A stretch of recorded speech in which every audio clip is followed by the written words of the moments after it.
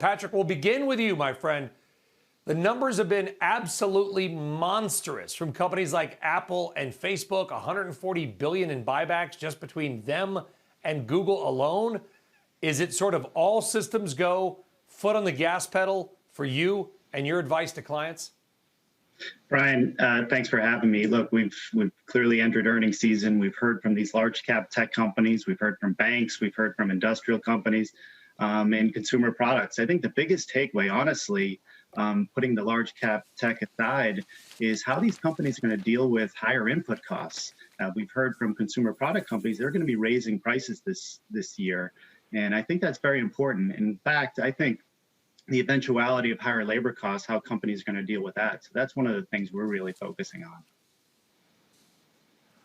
Yeah, and Alicia, futures right now, they're soaring. You've got Dow futures up 148, which is sort of the battle of two headlines. On one headline, you got these big earnings numbers, 43% jump in EPS. I mean, that's insane. I don't think I've ever seen a number that big. And last night, the president saying that companies need to do, their fair share, and he wants to raise corporate taxes. It appears that optimism over earnings is outstripping or trumping concern over higher taxes. Why is that? So because we're getting all the good news first, and we're getting all the spending first, and markets are anticipatory.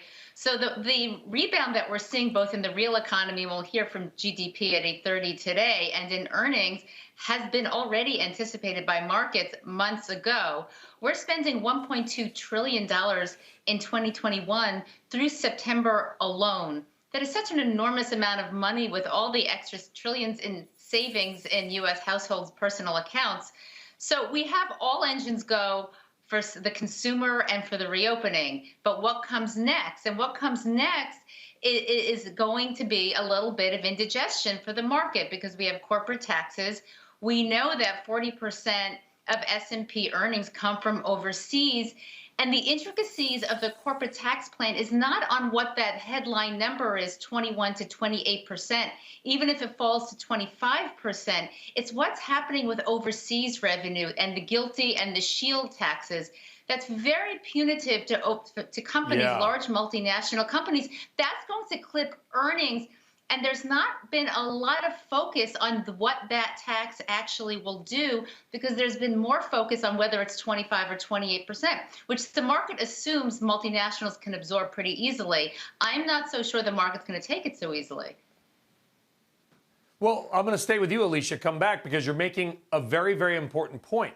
A lot of this tax proposal, as we know it, by the way, and of course there's still some things they got to work out, is aimed at profits overseas. Multinational corporations. Also, foreign ownership of U.S. stocks has never been higher. Does that push you and your team to recommend small caps, domestic U.S. companies, or can the big multinationals sort of take these hits doing business around the world? Because that's where the tax hit really seems to be targeted. It is, and in fact, the sectors that are most hit are tech and healthcare, precisely the two sectors that got us out of the pandemic. So, go figure. But the truth of the matter is that I don't think the market believes the full tax will go through. We're hearing that it's going to be much more difficult to get that next phase, that $4 trillion of earnings and the $3.5 trillion in taxes through Congress. So there's some probability this won't happen as the plan stands today. If it does stand today, and if it does go through, I think you have to focus on small caps here in the U.S. simply because that overseas tax actually is quite punitive. It's so punitive that we have to have other countries bind with us in some sort of minimum tax plan in order to get it through, because otherwise companies will revert to what they did before, which was finding operations overseas. Yeah, it's interesting too, Patrick, and we forget, and of course it's been easy to forget due to COVID, but we have a lot of health issues, right? I mean, cancer is still around, obesity, multi-trillion dollars a year around the world, resulting in hundreds of thousands of early deaths in the U.S. alone. The point is, we've been all focused on COVID, but healthcare is not going anywhere. In fact, maybe it's highlighted some other problems that we need to fix as well. Is that one of the reasons you are bullish on healthcare? Yeah, that's right. And look, there may be some indigestion as it comes, in front of this potential multinational tax that they may need to absorb. But honestly, healthcare is not something that's go away, as you say, Brian. Diagnostic testing is not something that's going to go away. And in fact, as the economy continues to reopen, you could see things like elective surgeries continue to ramp up and provide some tailwinds to the sector. I mean, this sector is, you talk about, cheap companies on cash flow and earnings basis. This sector is full of them. And frankly, companies with generate tons of free cash flow and good balance sheets. There's certainly plenty of things in the sector to look at and be excited about for the foreseeable future. Shepard Smith here. Thanks for watching CNBC on YouTube.